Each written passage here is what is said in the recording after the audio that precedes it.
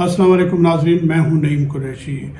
کل قومی اسمبلی کے اجلاس کے حوالے سے ہم نے بات کی تھی۔ آج موضوع ہے کہ کل رات وزیر اعظم ہاؤس میں کیا ہوا۔ اس کے متعلق بہت ساری باتیں کی جا رہی ہیں، کچھ تفصیل سے میں بھی آپ کو آگاہ کرتا ہوں۔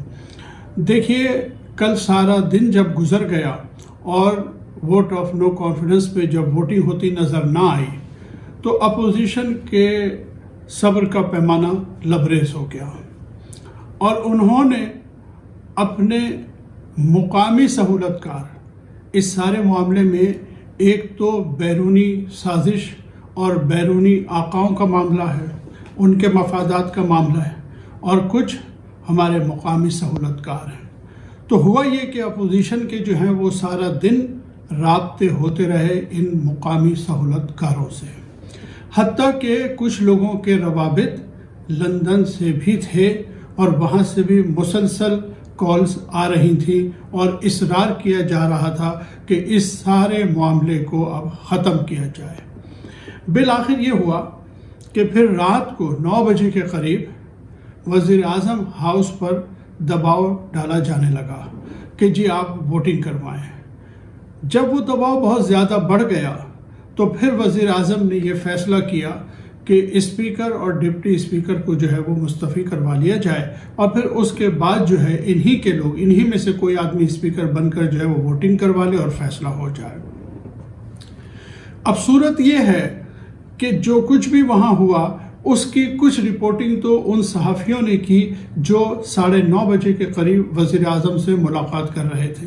ان کی ملاقات سے پہلے جو ہے وہ کابینہ کا جو ہے ایک اجلاس ہوا تھا جس میں یہ فیصلہ ہوا تھا کہ یہ جو خط ہے یا مراسلہ ہے امریکہ سے آیا ہوا، اس کے کچھ حصوں کو ڈی کلاسیفائڈ کیا جائے کچھ مخصوص لوگوں کے لیے، جن میں speaker, deputy speaker, chairman senate اور چیف جسٹس آف پاکستان شامل تھے، اور پھر ایسا ہی کیا گیا کہ ان کو وہ خط دکھایا بھی گیا یا چیف جسٹس صاحب کو یا چیئرمین سینٹ کو وہ خط بھیجا گیا تاکہ کل جب نواز شریف صاحب کی حکومت آئے تو یہ نہ ہو کہ یہ کہا جائے کہ یہ خط جعلی تھا۔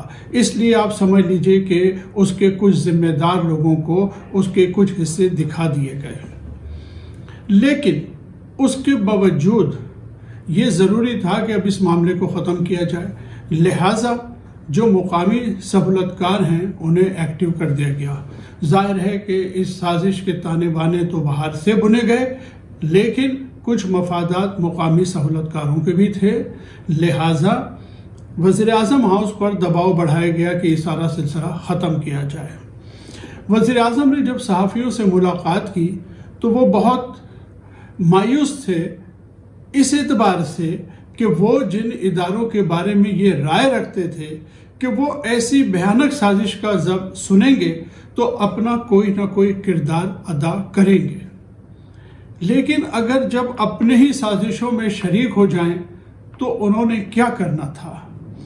دیکھیے، دباؤ ڈالا جاتا رہا، یہ ایک حقیقت ہے، اس کا نہ تو کوئی ڈاکومنٹری پروف ہو سکتا ہے، نہ کوئی آئی وٹنس ہوگا۔ اس میں ایک حقیقت ہے، پاکستان کی 75 سالہ تاریخ اس بات کی گواہ ہے کہ کس طرح لوگوں کو اقتدار سے نکالا جاتا ہے۔ یہاں بھی بالعین ایسا ہی ہوا کہ وزیر اعظم پر دباؤ ڈالا گیا۔ کون لوگ آئے، کنہوں نے دباؤ ڈالا، اس بارے میں آپ سب کو سب کچھ پتہ ہے، ہر چند کہ آج وہ ان باتوں کی تردید کرتے ہیں، لیکن ایسا نہیں ہے۔ اس کے بعد یعنی نہ صرف یہ کہ وہاں سے دباؤ ڈالا گیا بلکہ پھر ایک اور سہولت کار کو بھی استعمال کیا گیا۔ وزیر اعظم کے خلاف اچانک اسلام آباد ہائی کورٹ میں اور سپریم کورٹ میں پٹیشنیں ڈالی جانے لگی، اور اپوزیشن کے وہ لوگ جن کے روابط تھے ان کوارٹرز میں، انہوں نے ان سے درخواست کی کہ اگر رات کے 12 بجے کے بعد ہم پٹیشن لے کے آئیں تو ہمیں سنا جائے۔ اس ایکسپیکٹڈ پٹیشن کو سننے کے لیے پاکستان کی تاریخ کا یہ ایک عجیب و غریب واقعہ ہے کہ سپریم کورٹ جو ہے وہ رات 11 بجے اس کے دروازے کھول دیے گئے اور چیف جسٹس صاحب جو ہے وہ سپریم کورٹ میں آن موجود ہوئے۔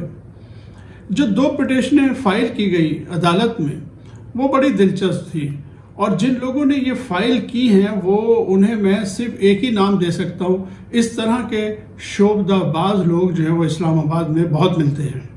یہ پیشاور قسم کے لوگ ہیں جو پٹیشنیں فائل کرتے ہیں مختلف ایشوز پہ، مختلف لوگوں کے کہنے پہ۔ لہٰذا ایک پٹیشن یہ فائل کی گئی کہ وزیر اعظم اور ان کی کابینہ کے نام ECL میں ڈال دیے جائیں، کہیں وہ ملک سے فرار نہ ہو جائے۔ ایک دوسری پٹیشن یہ ڈالی گئی کہ جناب وزیر اعظم صاحب جو ہے وہ ایک بڑی غیر معمولی قسم کی تعیناتی کرنے والے ہیں، اور تعیناتی سے پہلے کسی ایک شخصیت کو سیک کرنے والے ہیں، لہٰذا انہیں اس تعیناتی سے روکا جائے۔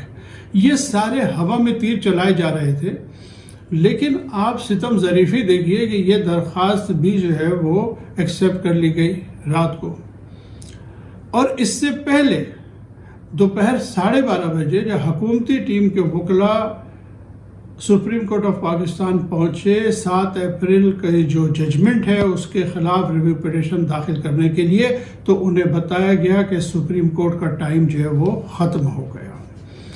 تو گویا ہوا یہ ہے کہ وزیر اعظم کی جو یہ حکمت عملی تھی، اس کو پرولونگ کرنا، اس کو ڈیلے کرنا نیشنل اسمبلی کی کارروائی کو، اس سے یہ ہوا کہ ہمیں جو اس سازش کے مقامی سہولت کار ہیں، ہمیں ان کے بارے میں اچھی طرح پتہ چل گیا کہ کون مقامی سہولت کار ہے اور کون کون اس میں شریک ہے۔ دیکھیے، عدلیہ کے حوالے سے کچھ بات کرنا چاہتا ہوں۔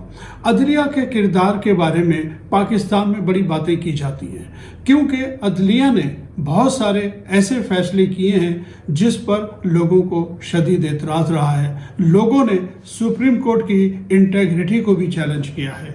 اس کے سب سے بڑے گواہ اگر کوئی ہیں تو وہ بلاول بھٹو صاحب ہیں، وہ آصف علی زرداری صاحب ہیں، پاکستان پیپلز پارٹی ہے، کیونکہ پیپلز پارٹی نے ذوالفقار علی بھٹو کی سزائے موت کے خلاف سپریم کورٹ میں ایک پٹیشن فائل کی ہوئی ہے، اور وہ اس بات کا بار بار تقاضا کرتے ہیں کہ اس کیس کو ری اوپن کیا جائے۔ ان کی نظر میں یہ انصاف نہیں ہوا، بلکہ وہ بھٹو کی سزائے موت کو ایک سیاسی قتل قرار دیتے ہیں۔ لیکن آج سپریم کورٹ نے 7 اپریل کو جو فیصلہ کیا ہے اور جس انداز میں کیا ہے، آج یہی لوگ اسے آئین اور قانون کی فتح قرار دے رہے ہیں۔ پاکستان کے 22 کروڑ عوام یہ پوچھنے میں حق باجانب ہیں کہ اگر سوموتو ایکشن لینا ہے تو بہت سارے ایسے غریب لوگ انصاف کے منتظر ہیں جن کے لیے سوموتو ایکشن لینے کی ضرورت ہے۔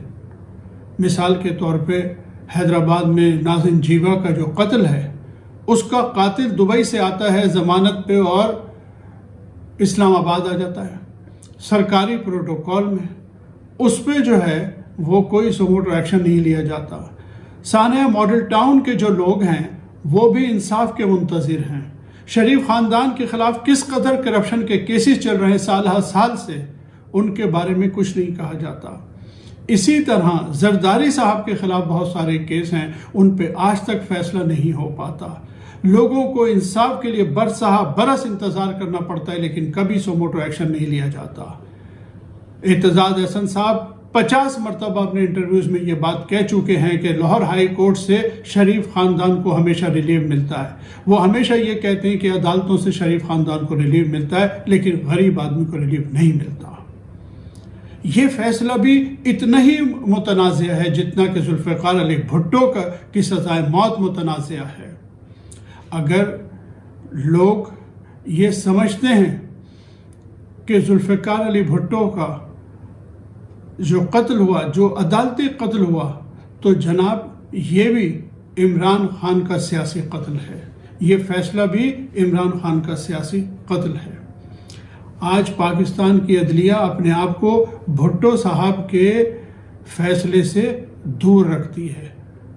عدالت میں نظیر کی بڑی اہمیت ہے، پریویس ایویڈنس کی بڑی اہمیت ہوتی ہے، لیکن جوڈیشری کبھی بھی بھٹو صاحب کے کیس کو نظیر کے طور پہ استعمال نہیں کرتی۔ آنے والے وقت میں جوڈیشری اس فیصلے کو بھی جو ہے وہ نظیر کے طور پہ استعمال نہیں کرے گی۔